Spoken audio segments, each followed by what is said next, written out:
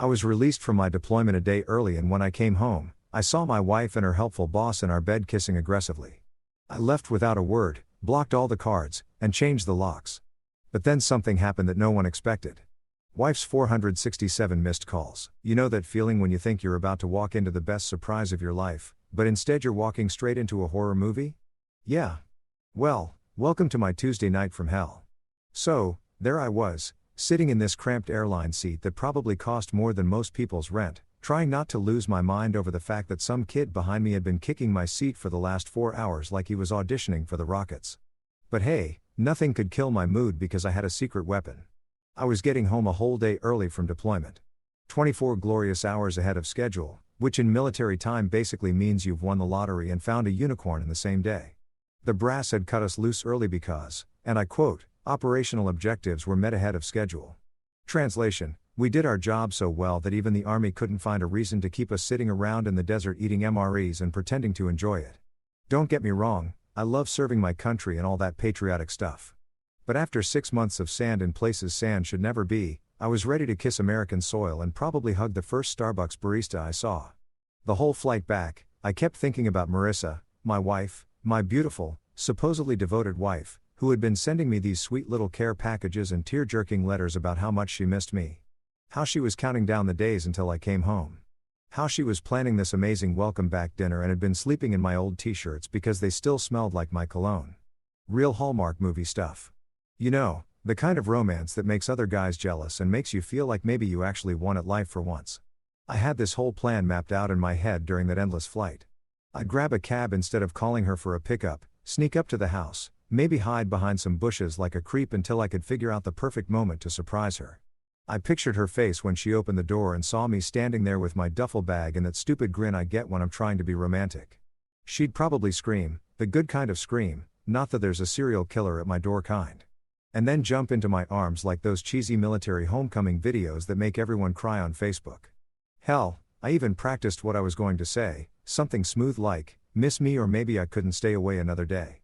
I know I'm not exactly Shakespeare, but cut me some slack. I'd been rehearsing this moment for weeks. Every time I closed my eyes in that tiny military bunk, I saw her smile, felt her arms around me. Heard her whisper, "You're finally home." In that way, that made me forget all about the bureaucratic nonsense and the sand, and the fact that military coffee tastes like it was filtered through a gym sock. The cab ride from the airport should have been my first clue that something was off. Not because of anything dramatic. The driver was actually pretty cool. Some older guy who kept thanking me for my service every 5 minutes, which was nice, even if it got a little repetitive.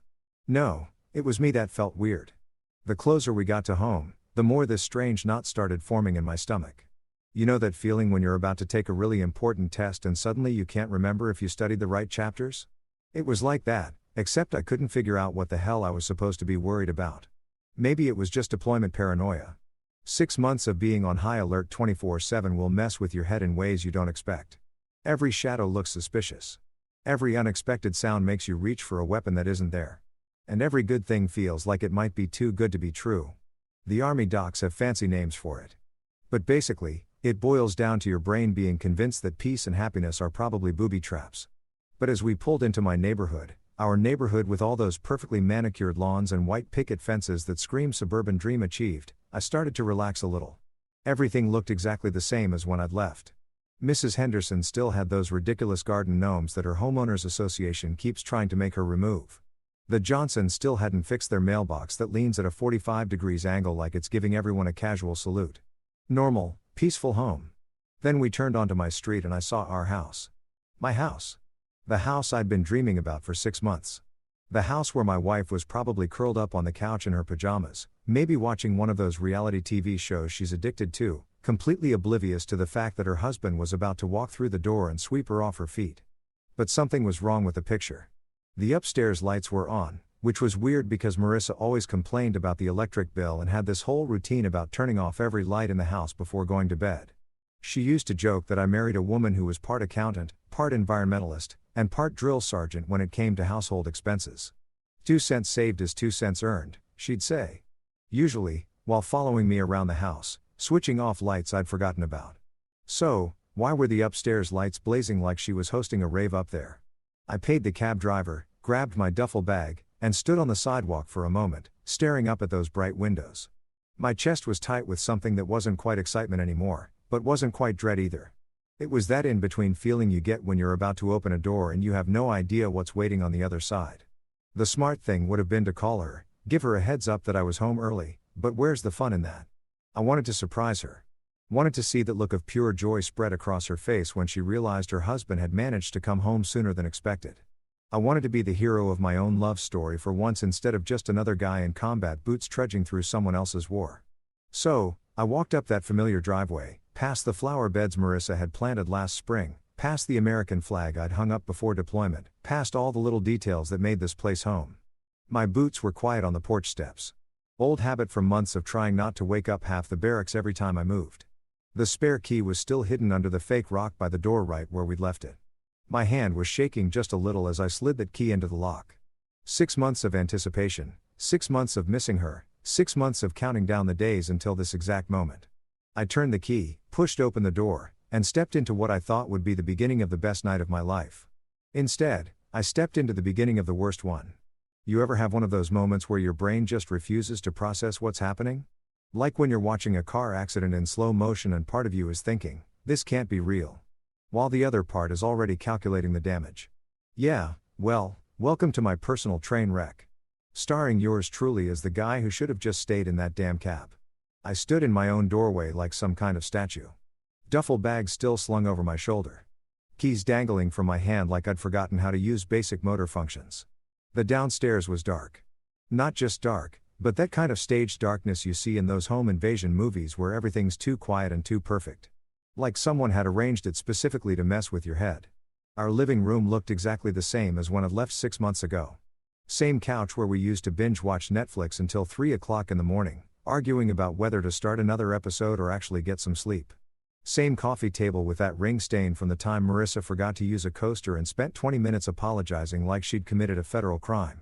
Same family photos lined up on the mantle. All smiles and look how happy we are that now felt like evidence from a crime scene. But here's the thing about coming home from deployment. Your hearing gets weird. 6 months of listening for threats, for anything that doesn't belong, and suddenly you can hear a pin drop 3 rooms away. So when I heard the sounds coming from upstairs, every alarm bell in my head started going off like a fire drill in hell.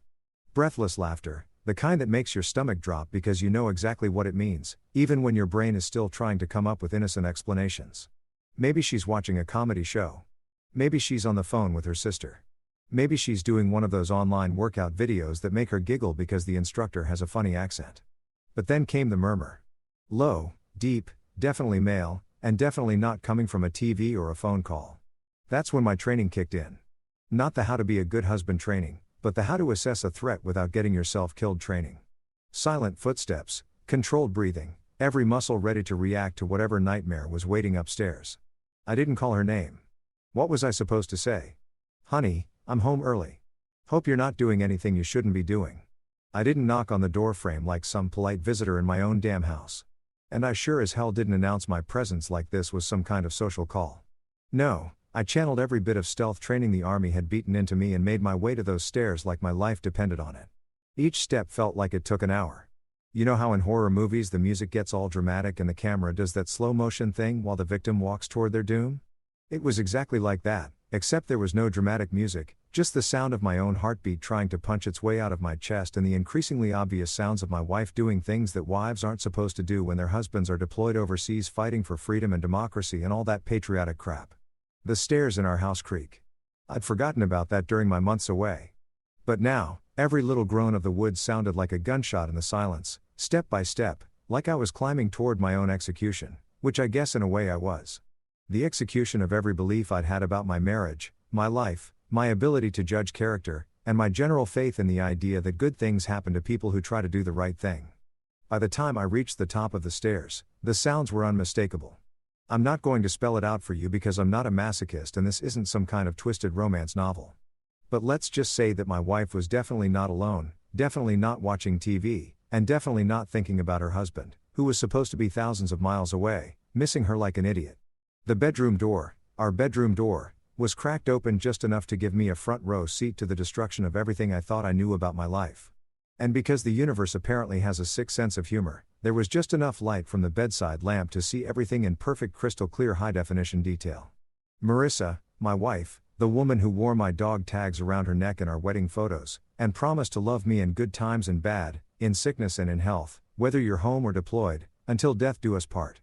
She was tangled up with some guy in what was supposed to be our bed, our sanctuary, our place.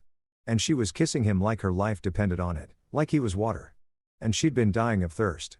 Like he was the answer to every prayer she'd ever whispered. But here's the kicker. I knew the guy, Charles Cadden, her boss from that marketing firm downtown. The same Charles Cadden she'd mentioned in her letters. Always in passing, always with some innocent little story about work drama or office politics. Charles thinks we should restructure the campaign. Charles brought donuts for everyone today. Charles is such a great mentor. Yeah, well, Charles was mentoring her in a lot more than marketing strategies, apparently. I'd met him at the company Christmas party before my deployment. Shook his hand, listened to him thank me for my service, watched him smile at Marissa with what I thought was just professional friendliness. Guy seemed decent enough. Married himself. Couple of kids. One of those suburban dad types who probably coached Little League on weekends and drove a sensible sedan. The kind of man you'd never suspect of screwing around with someone else's wife while that someone else was overseas getting shot at by people who wanted to kill Americans. They were so caught up in their little love scene that they hadn't heard me come home, hadn't heard me climb the stairs, hadn't noticed that the husband they were betraying was standing 10 feet away watching his entire world collapse in real time. And you know what the worst part was? They looked happy, not guilty, not sneaky, not like two people who knew they were doing something horrible. They looked like two people who belonged together, who fit, who made sense. My wedding photo was sitting right there on the nightstand. The same photo that used to make me smile every time I looked at it. Marissa in her white dress, me in my dress uniform. Both of us grinning like we just won the lottery. Except now it looked like the picture had turned away in shame. Tilted at an angle like it couldn't bear to witness what was happening in the bed it was supposed to be watching over.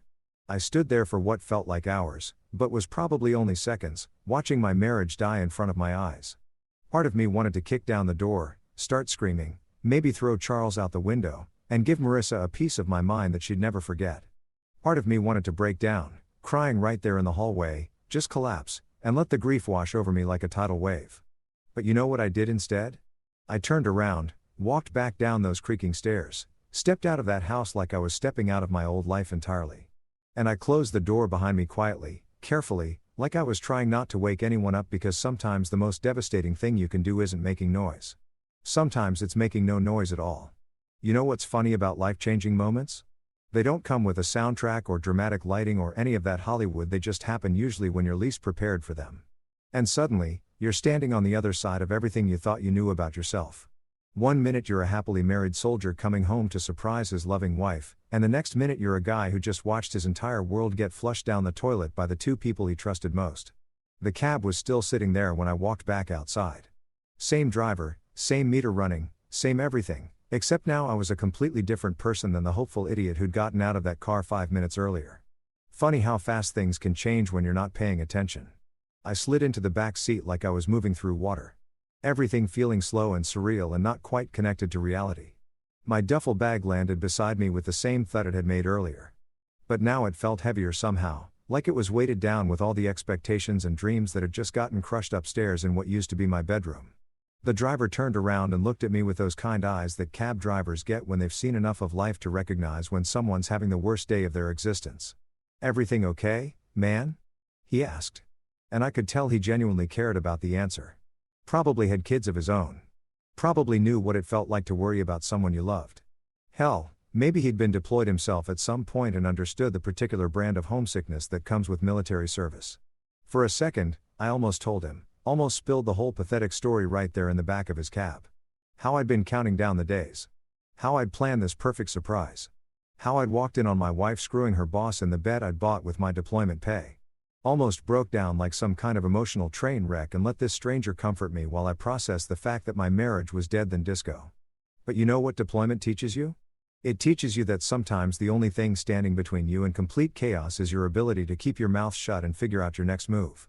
When mortars are raining down and your buddy's been hit and everything's going to hell around you, you don't have the luxury of falling apart. You assess the situation, you make a plan, and you execute that plan with whatever resources you have available. So instead of having a breakdown in the back of a cab, I looked at this decent guy who was just trying to do his job and said the only thing that made sense downtown. My voice sounded weird, too calm, too controlled, like it was coming from someone else entirely. The kind of calm that only happens when something inside you is snapped back into place. When all the emotional gets pushed aside and you start thinking like a soldier again instead of like a heartbroken husband. The driver gave me another look, probably trying to figure out if I was about to do something crazy or dangerous. But apparently, I passed whatever mental health check he was running because he just nodded and put the car in drive. You got it, buddy. As we pulled away from my house, former house, I guess, I found myself staring out the window at all those perfect suburban homes with their perfect suburban families doing their perfect suburban things. Porch lights glowing like beacons of domestic bliss. TVs flickering through living room windows, probably showing sitcoms or cooking shows or whatever normal people watch when their lives aren't imploding in real time. Mrs. Henderson was watering her ridiculous garden gnomes again because apparently that's what you do at 9 o'clock at night when you have nothing better to worry about than keeping your lawn decorations properly hydrated. The Johnsons had their entire family squeezed onto their front porch swing, looking like a Norman Rockwell painting come to life. Even the teenagers hanging out under the street light looked like they belonged in some heartwarming commercial about growing up in small-town America. And there I was, driving away from all of it like some kind of ghost, like I'd never belonged in that picture-perfect neighborhood in the first place. Which, let's be honest, maybe I never had. Maybe I'd been kidding myself this whole time, thinking I could come back from war zones and hostile environments and just slip back into civilian life, like putting on a comfortable pair of shoes. The thing about deployment is that it changes you in ways you don't expect. Not just the obvious stuff, the hypervigilance, the difficulty sleeping, the way loud noises make you want to hit the deck. It's the subtler changes that really get you. The way you start to see through people's because you've spent months depending on your ability to read situations accurately. The way you learn to trust your instincts because hesitation can get you killed. The way you realize that most of the things people worry about back home are completely meaningless when you've seen what real problems actually look like. Maybe that's why I wasn't screaming or crying or punching the back of the cab driver's seat. Maybe 6 months of staying alive in a war zone had taught me that emotional reactions are luxuries you can't afford when you need to think clearly. Maybe I'd learned something about myself that I never would have discovered if I'd stayed home and played house with a woman who was apparently playing house with someone else. The city lights started getting brighter as we headed downtown. All those neon signs and office buildings and late-night diners that stay open for people who have nowhere else to go. I'd always thought of downtown as the place you visited when you wanted excitement. When suburban life got too boring and you needed a taste of something different. Now it felt like exactly where I belonged. Anonymous, temporary, full of people who were between one thing and the next. Anywhere specific downtown? The driver asked, glancing at me in the rear-view mirror. I almost laughed at that. Anywhere specific? Like I had a plan, like I'd thought this through, like I was some kind of master strategist who'd anticipated coming home early to find his wife in bed with her boss. The truth was I had no idea where I was going or what I was going to do next. All I knew was that I couldn't stay in that house. Couldn't pretend I hadn't seen what I'd seen. Couldn't go back to being the naive husband who thought his marriage was solid just because he'd been getting sweet letters and care packages. But here's the thing about rock bottom. It's actually a pretty solid foundation to build on. When everything you thought you knew turns out to be a lie. When every assumption you'd made about your life gets proven wrong in the span of 5 minutes. You've got two choices. You can fall apart or you can start over. And I'd spent too many months in hostile territory to fall apart now. Just drive, I told him. I'll know it when I see it. The cab rolled through the downtown streets while I sat in the back seat, duffel bag beside me, wedding ring still on my finger, thinking about chaos and silence and the difference between reacting and responding. Deployment had taught me that when everything goes to hell, the person who stays calm usually wins. Time to find out if that lesson applied to civilian life, too. You know what they say about revenge being a dish best served cold? Well, turns out I'd been meal prepping for months without even knowing it. While I was overseas playing soldier and writing sappy letters to my cheating wife, some paranoid little voice in the back of my head had been whispering what-if scenarios that I dismissed as trust issues and deployment anxiety. Turns out that paranoid little voice was the smartest part of me. Marcus Levin's law office sits in one of those downtown buildings that tries really hard to look impressive, but mostly just looks expensive. All marble and mahogany and the kind of furniture that screams. We charge by the hour and we're worth every penny. I'd been there exactly once before when Marissa and I bought the house and needed someone to handle the paperwork. Back then, Marcus had seemed like overkill for a simple real estate transaction, but my dad always said, get the best lawyer you can afford, then figure out how to afford a better one. Now, I was sitting across from his massive desk at 8 o'clock in the morning, looking like I'd slept in my uniform, which I had, in a downtown hotel room that smelled like disinfectant and broken dreams. While Marcus stared at the folder I just dropped in front of him, like it contained nuclear launch codes. "You already moved everything?" he asked, flipping through page after page of bank statements, property deeds, trust documents, and financial transfers that I'd been working on for months. His eyebrows kept climbing higher up his forehead with each document, like he was watching a magic trick he couldn't figure out. I nodded once, keeping my expression as neutral as possible. "Started the process 3 months ago." 3 months ago, he repeated slowly like he was trying to process the timeline. "You've been planning this since I started getting suspicious," I said, which was technically true. "I've been getting suspicious." "All right. Not about Marissa specifically, but about the general idea that anything good in my life could last without proper backup plans. Military thinking, hope for the best, prepare for the worst, and always have an exit strategy. The thing is, I hadn't actually suspected Marissa of cheating when I started moving assets around. I'd just been thinking about divorce statistics for military couples, about how many guys come back from deployment to find their entire lives dismantled, about how many wives decide that being married to a soldier is too hard and too lonely and too unpredictable. So, I'd started protecting myself just in case, moving money into accounts she didn't know about, shifting property titles into trusts she wasn't aware of.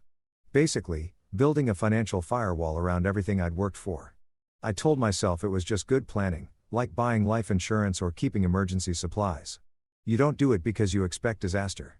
You do it because disaster has a way of showing up when you're least prepared for it. And if disaster never comes, well, no harm done. You just have really good financial organization and some impressive paperwork. Turns out disaster had a name, and it was Charles Cadden. Marcus was still flipping through documents, occasionally making those little H sounds that lawyers make when they're either really impressed or really confused. "This is comprehensive," he said. "Finally, the house is entirely in your name through the trust. The bank accounts have been transferred. The investments are secured, even the cars, both registered to the trust," I confirmed. "She's been driving around in vehicles she technically doesn't own for the last 2 months." He looked up at me with something that might have been respect or might have been mild fear. "How did you know?" "I didn't," I said, which was the truth, but not the whole truth. "I just believe in being prepared." What I didn't tell him was that deployment gives you a lot of time to think. And thinking gives you a lot of time to realize how vulnerable you are when your entire life is built on trust and assumptions. How easy it would be for someone to destroy everything you've worked for while you're on the other side of the world, unable to protect yourself or your interests. How many guys I'd served with had come home to find their wives had cleaned out bank accounts, sold houses, maxed out credit cards, and disappeared with new boyfriends who appreciated women who came with built-in financial benefits.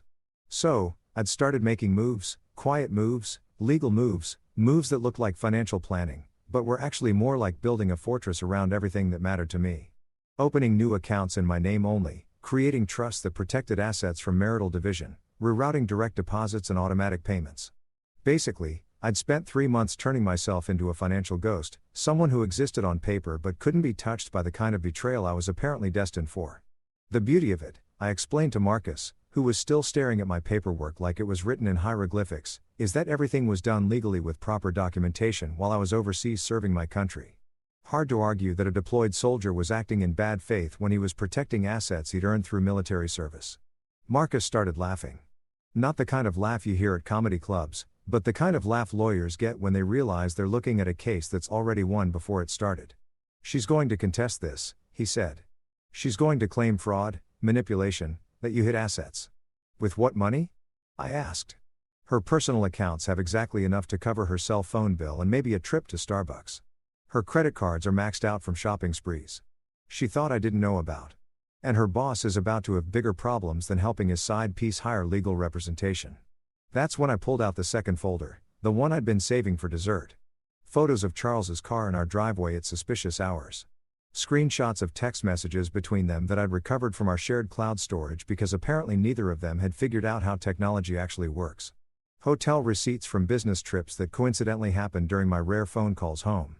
Email exchanges that started professional and ended up reading like bad romance novel excerpts. "You're going to destroy them," Marcus said. And for the first time since I'd known him, he actually sounded impressed instead of just professionally polite. "No."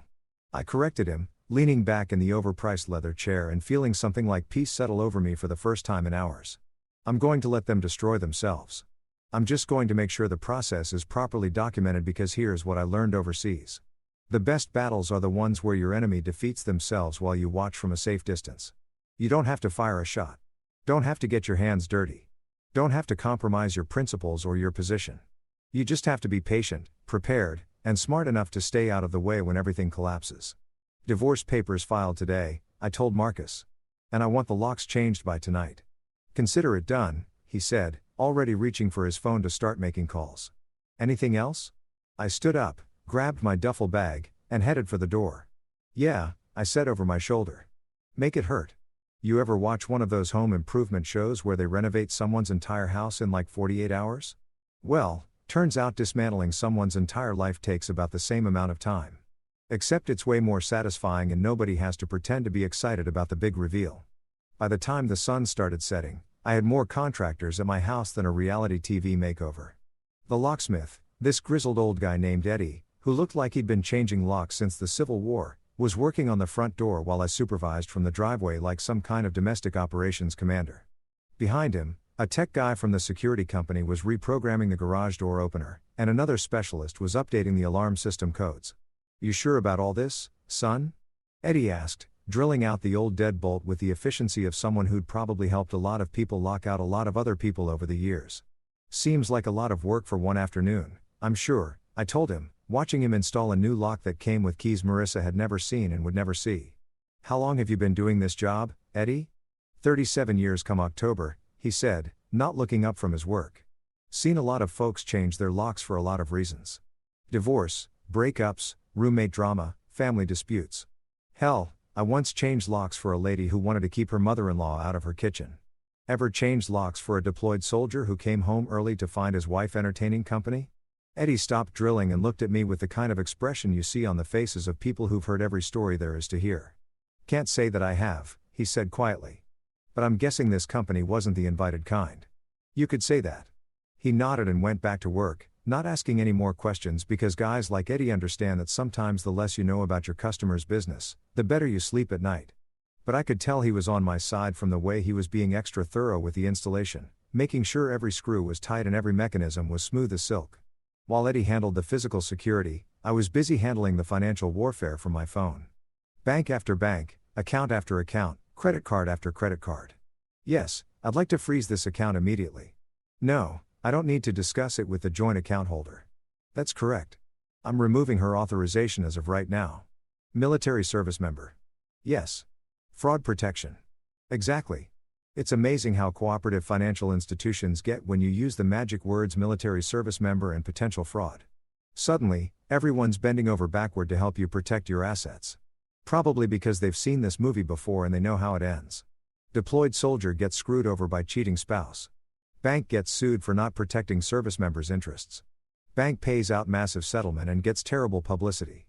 Much easier to just freeze everything and let the lawyers sort it out later.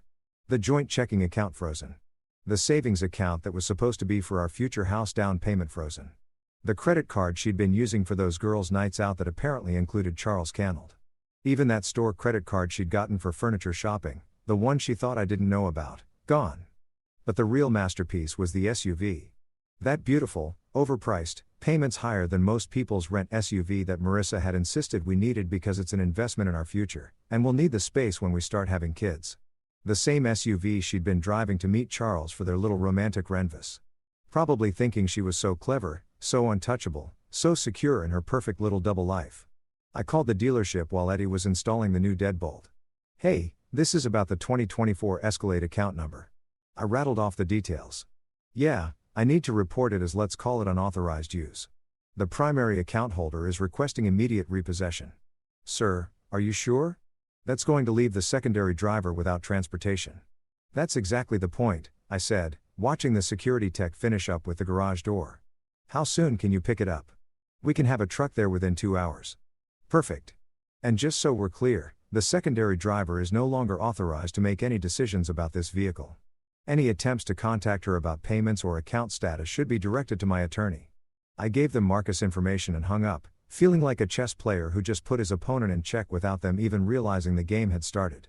By the time the contractors finished up, my house looked exactly the same from the outside, but was completely different on the inside. New locks, new codes, new everything.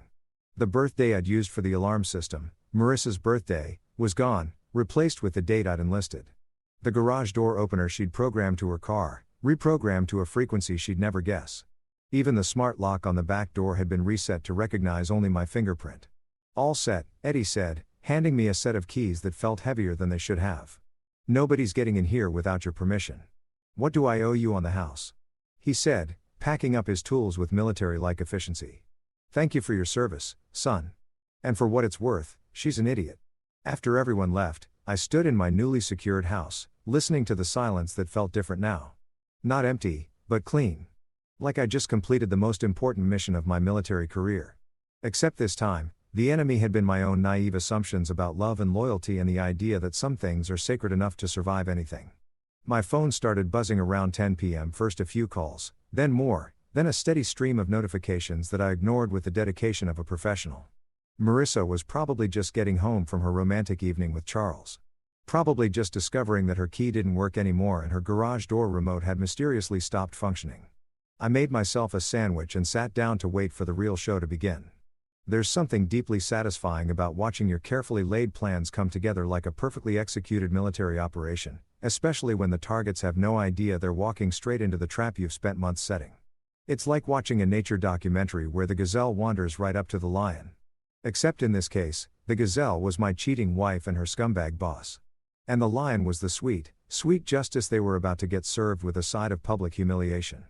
Marcus and I parked across the street from what used to be my house around 2 in the afternoon, sitting in his black BMW, like a couple of detectives on a stakeout. He'd brought coffee and donuts from that fancy place downtown, the kind that charges $8 for what's basically sugar and caffeine, but tastes like it was made by angels. I had to admit, for a lawyer who usually dealt with boring corporate stuff, Marcus was really getting into the whole revenge operation thing. You sure you want to watch this? He asked, adjusting his rear view mirror to get a better view of the front porch. Sometimes it's better to just let karma do its thing from a distance. Are you kidding me? I said, taking a sip of overpriced coffee that was actually worth every penny. I've been deployed for 6 months. This is the best entertainment I've had since that time our sergeant got stuck in a portiati during a sandstorm. We didn't have to wait long. At exactly 2:47 p.m., I know because I was timing everything like this was a tactical exercise, a familiar silver sedan pulled into my driveway. Marissa's temporary ride, borrowed from her sister because apparently her precious SUV had mysteriously vanished sometime during the night. She stepped out wearing that little black dress I bought her for our anniversary.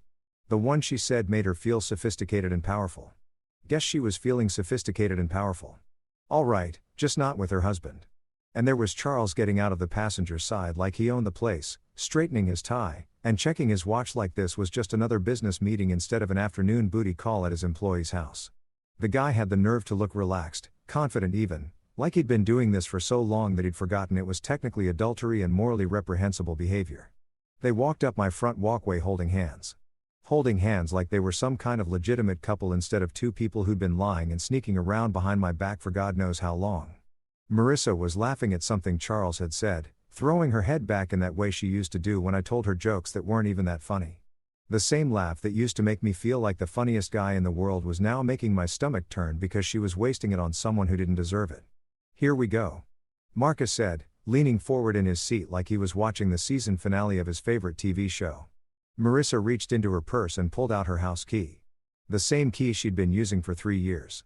The same key that used to symbolize home and trust and the life we'd built together.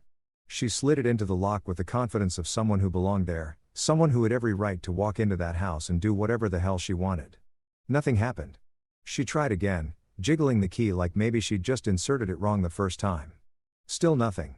I watched her face change from confusion to concern to the first flickerings of panic as she realized that something was very, very wrong.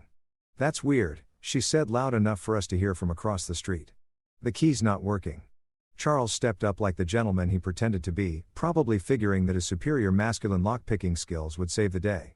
He took the key from Marissa and tried it himself, putting more force behind it, turning it harder, like the lock was just being stubborn and needed a firm hand to cooperate. Also, nothing. Did you get the lock changed? Charles asked, which was honestly a pretty stupid question considering Marissa had been living there right up until the night before and would obviously know if the locks had been changed. No, Marissa said, and I could hear the confusion in her voice starting to turn into something more like fear. I don't understand. This is my house. Wrong, sweetheart. Used to be your house. Now it's the house you used to live in before you decided to turn it into a love nest for you and your boss. They spent the next 10 minutes trying everything they could think of. Different keys from Marissa's keychain because maybe she'd grabbed the wrong one by mistake. The spare key hidden under the fake rock. Except, whoops, that lock had been changed, too. Even the back door, which they discovered was also newly secured when Charles tried to sneak around the side of the house like some kind of suburban burglar. That's when the pounding started. First just knocking, then actual pounding, then full-on beating the door like they were trying to break it down with their bare hands. "Open the door," Marissa screamed, her voice cracking with the kind of desperation you usually only hear in horror movies. "I live here. This is my house." My phone started buzzing once, twice, then constantly, like someone was holding down the call button and refusing to let go. Marissa's name kept flashing on the screen along with increasingly frantic text messages that I could see previews of without opening. "Where are you? Call me now. Something's wrong with the house." I looked at Marcus, who was watching the whole scene with the fascination of someone witnessing a car crash in slow motion. "You going to answer that?" he asked. "Nope," I said, taking another sip of my excellent coffee and settling back to enjoy the show. "I'm deployed, remember? No cell service where I am." By the time we finally drove away an hour later, Marissa was sitting on the porch steps crying like her world had just ended, which to be fair, it pretty much had. Charles was standing awkwardly beside her, probably realizing that his fun little side piece had just become a massive liability that could destroy his career, his marriage, and his comfortable suburban life. The last thing I saw in the rear-view mirror was Charles walking back to the car alone, leaving Marissa sitting there on the porch of the house she could no longer enter, surrounded by the ruins of the life she'd thrown away for a few months of excitement. Checkmate indeed. You know what's beautiful about a well-executed plan? It's like watching dominoes fall. Once you tip the first one, everything else happens automatically with a kind of mathematical precision that would make a physics professor weep with joy. And let me tell you, watching my ex-wife's life collapse in real time was better than any fireworks show I'd ever seen, including that 4th of July display at Fort Bragg where they accidentally set the entire field on fire. I was sitting in the hotel cafe at 7 a.m. the next morning, nursing my third cup of coffee and watching the sunrise paint the city in shades of gold and orange that reminded me why I'd missed American mornings so much during deployment. The coffee here was decent. Not great, but a hell of a lot better than the stuff we'd been choking down overseas that tasted like it had been filtered through sand and regret. My phone was buzzing across the table like an angry wasp, vibrating so hard it was making little ripples in my coffee cup. 23 missed calls when I woke up. 46 by the time I finished my shower, 67 by the time I made it downstairs for breakfast. The numbers kept climbing like some kind of twisted lottery where the prize was getting to hear my cheating ex-wife lose her mind in real time. I picked up the phone just long enough to check the messages, not to answer them, obviously. The voicemail started out confused and worried. "Honey, where are you? Something's wrong with the house. Call me back." Then they got panicked. "I can't get into the house. The locks are different. What's happening?" Then they turned angry. "This is ridiculous. Call me right now." And finally, they devolved into the kind of desperate pleading that would have broken my heart 6 months ago, but now just sounded like white noise by the time I finished my Eggs Benedict. And yes, I was treating myself to the fancy breakfast because what's the point of destroying your ex-wife's life if you can't enjoy some overpriced Holland sauce while you do it? The missed call counter had hit triple digits. 112 calls from a woman who apparently thought that dialing the same number over and over again would somehow change the fundamental laws of physics and make me materialize in front of her. But here's the thing about military training. It teaches you patience. Real patience. Not the fake kind where you're secretly counting to 10 and trying not to lose your temper. The kind of patience where you can sit completely still for hours waiting for exactly the right moment to move because you understand that timing is everything and premature action can ruin even the best laid plans. So, while Marissa was apparently having a complete meltdown in the parking lot of whatever hotel she'd ended up at, because according to her increasingly unhinged text messages, Charles had suddenly become unavailable and needed space to think, I was calmly filing paperwork that would turn her temporary homelessness into a permanent lifestyle change. First stop, the courthouse. Divorce petition filled out in triplicate with the efficiency of someone who'd been practicing military paperwork for years. Grounds for divorce. Adultery with photographic evidence attached. Asset division clearly outlined based on the trust documents that protected everything I'd earned before, during, and after our marriage. Spousal support. Hell no. Considering she'd been stealing from our joint accounts to fund her affair. The clerk looked at my paperwork with the kind of admiration usually reserved for perfectly executed drill formations. "This is very thorough," she said, stamping each page with the satisfaction of someone who appreciated attention to detail. "Your attorney did excellent work." "Thank you," I said, not mentioning that I'd done most of the prep work myself during those long nights overseas when I couldn't sleep and needed something productive to do with my insomnia. Next stop, restraining order. Because apparently Marissa had graduated from desperate phone calls to showing up at the hotel where I was staying, demanding answers and making enough noise to disturb the other guests. The hotel security footage of her screaming in the lobby at 6 a.m. was probably going to end up on one of those Karen freakout compilation videos, but it also made excellent evidence for a harassment claim. Then came my personal favorite, the fraud report.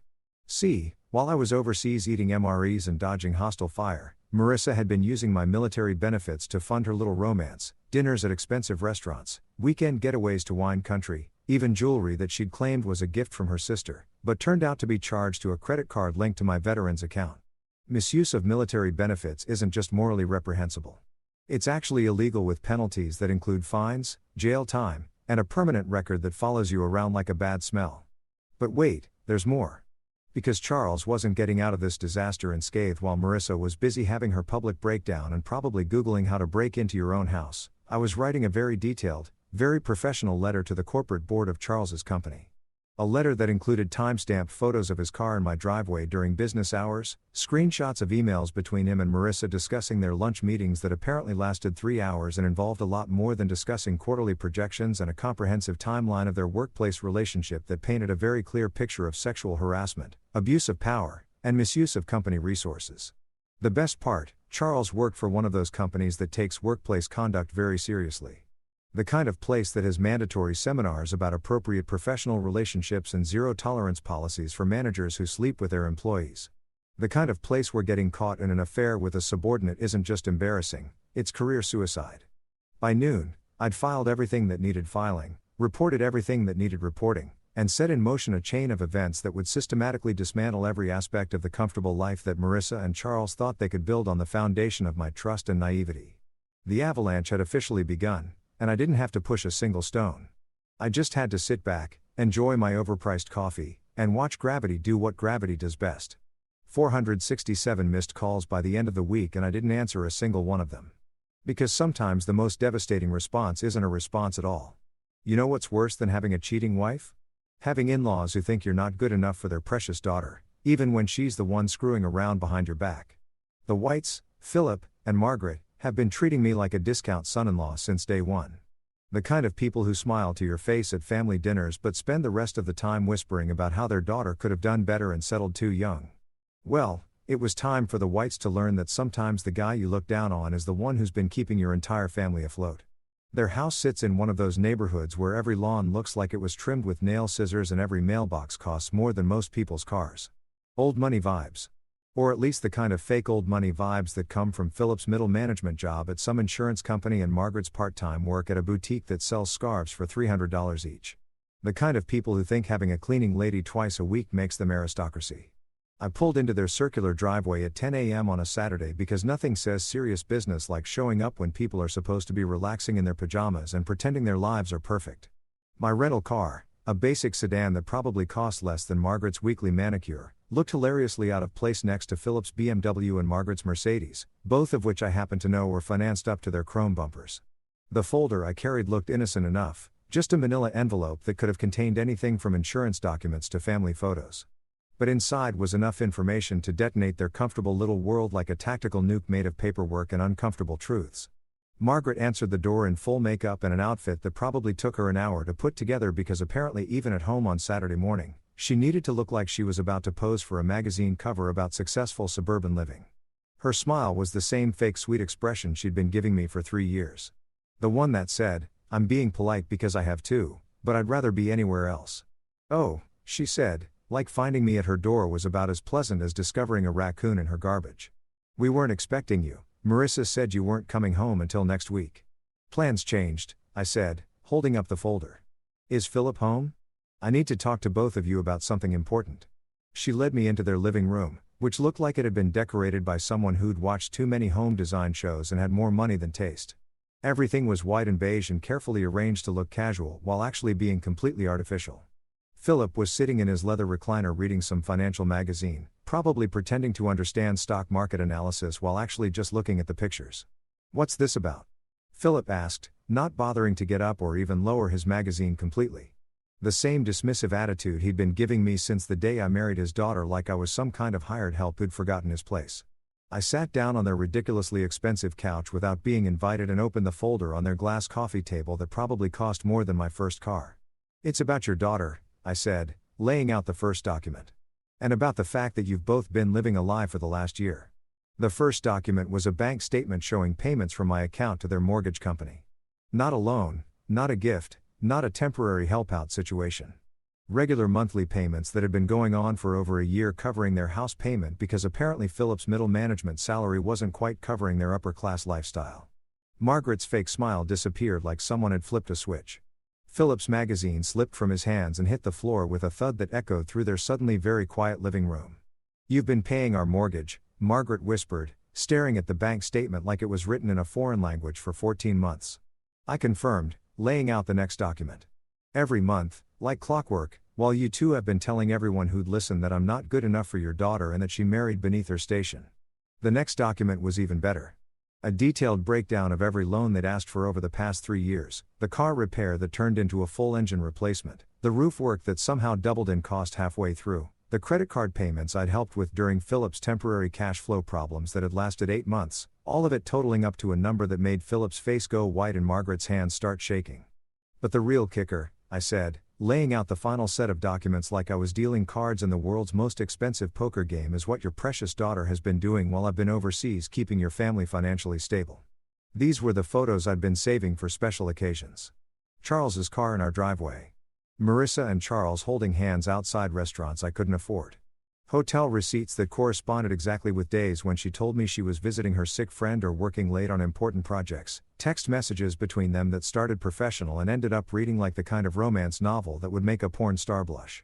The silence in that living room was so thick you could have cut it with a knife.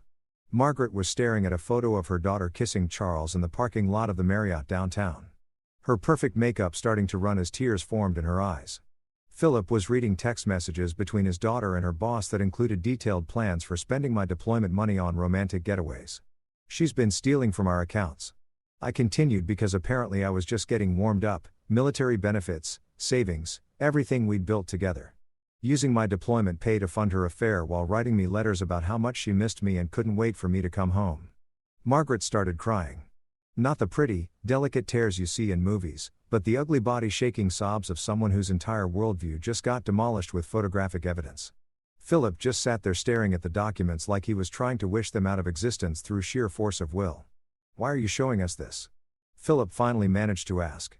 I stood up, gathered my papers, and headed for the door because I sat over my shoulder. "You spent 3 years telling me I wasn't good enough for your family. Turns out your family wasn't good enough for me." And I walked out, leaving them sitting in their expensive living room with the ruins of their perfect daughter's reputation scattered across their overpriced coffee table like confetti from the world's worst celebration.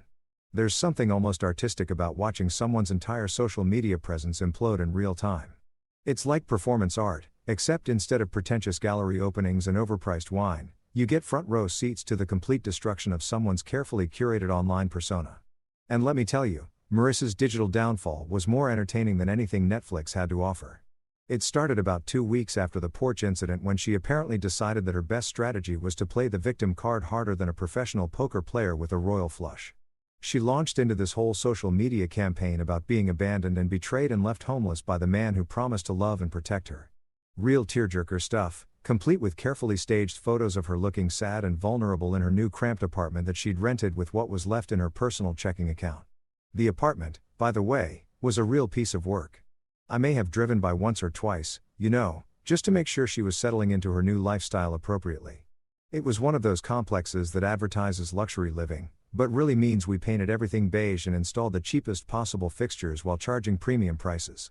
The kind of place where the walls are so thin you can hear your neighbor's Netflix shows and the parking lot always smells like someone's cooking fish in a microwave. Marissa's Instagram posts from her new home were comedy gold. Pictures of her tiny kitchenette with captions like, "Starting fresh in my cozy new space." Translation: I went from a 4-bedroom house to a studio apartment, and I'm pretending this was my choice. Photos of her walking to work with hashtags like #independentwoman and #newbeginnings carefully cropped to hide the fact that she was taking the bus because her SUV had mysteriously vanished and she couldn't afford car payments on her retail salary. Oh yeah, the job situation. Turns out that when your boss gets suspended for sexual harassment and misuse of company resources and you're the employee he was harassing and misusing resources with, your career prospects take a bit of a hit. The marketing firm where she'd been working Charles in more ways than one suddenly found reasons to restructure her position right out of existence. Amazing how that works. So there she was, 28 years old with a college degree and 3 years of marketing experience, working at some chain clothing store in the mall, folding sweaters and asking teenagers if they'd like to sign up for the store credit card. The same woman who used to brag about her corner office with a view and her important client presentations was now dealing with Black Friday shoppers and trying to meet sales quotas set by managers who were probably younger than her favorite pair of shoes. But the real entertainment was watching her try to maintain her victim narrative while her entire support system crumbled around her. See, the thing about affairs is that they don't happen in a vacuum. Other people always know, or at least suspect, and they're usually just being polite by pretending they don't see what's obvious to everyone with functioning eyes. Her friends started unfollowing her social media accounts one by one, like rats abandoning a sinking ship. The same girlfriends who used to comment heart emojis on all her posts and invite her to wine nights and weekend trips suddenly became very busy with their own lives. Amazing how quickly people disappear when your drama becomes too messy to ignore and your social status drops below their comfort zone. Margaret stopped answering her calls after our little chat. Philip, who used to take Marissa's side in every family argument and treat me like the hired help at family gatherings, suddenly developed a very strong opinion about daughters who bite the hand that feeds them. Even her sister, the one who'd loaned her the car for that fateful afternoon, started making excuses about why she couldn't help with money or transportation or emotional support. The breaking point came when someone, and I'm definitely not saying it was me, but I'm also not saying it wasn't, left an anonymous comment on one of her more dramatic Facebook posts about being abandoned by the person who was supposed to protect her forever. The comment was simple, direct, and absolutely devastating.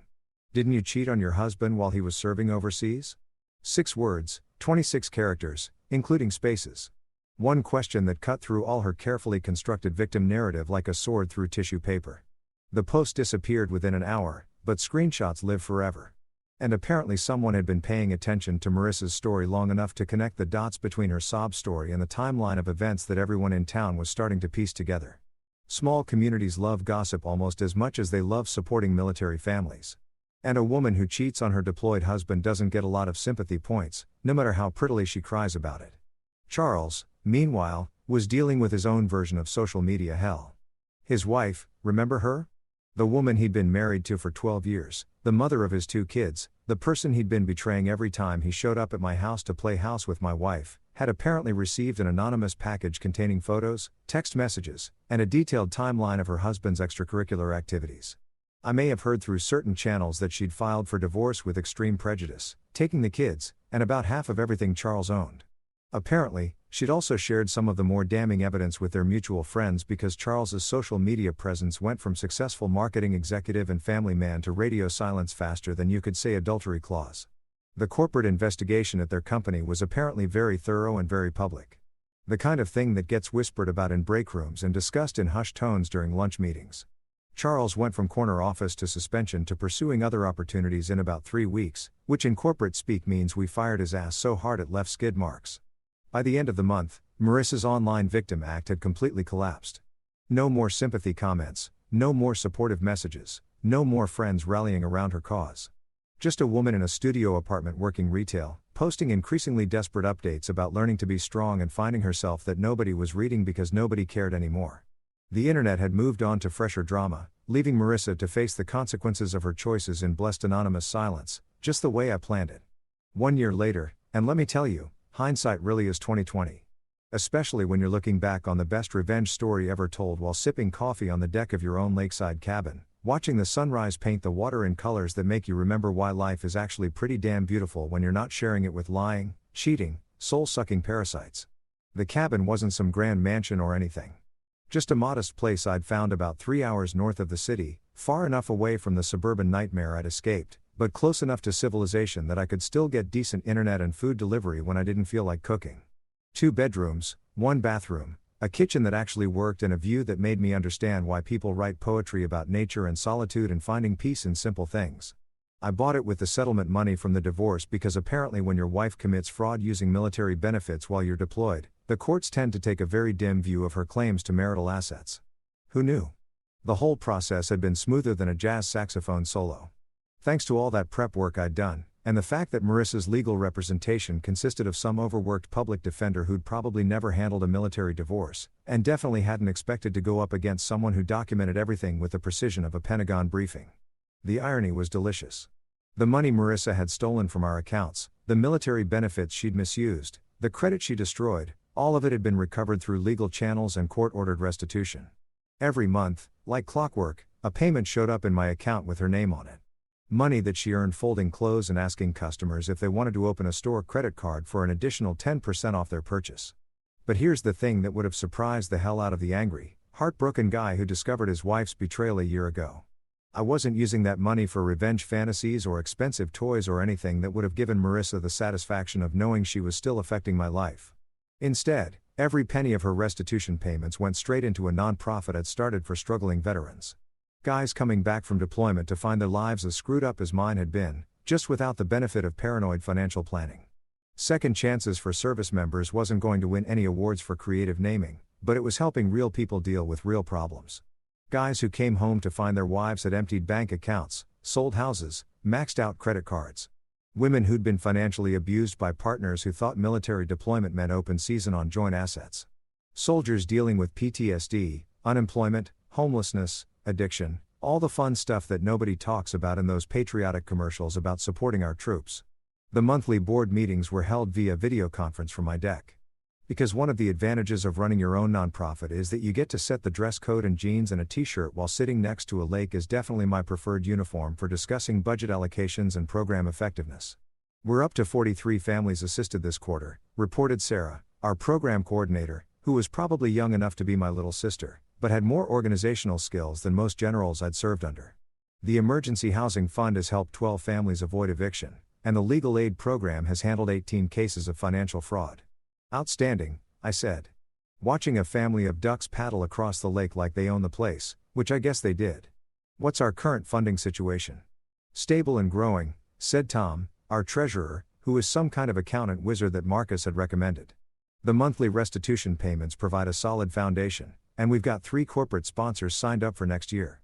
Plus, that veterans organization in Texas wants to partner with us on a pilot program.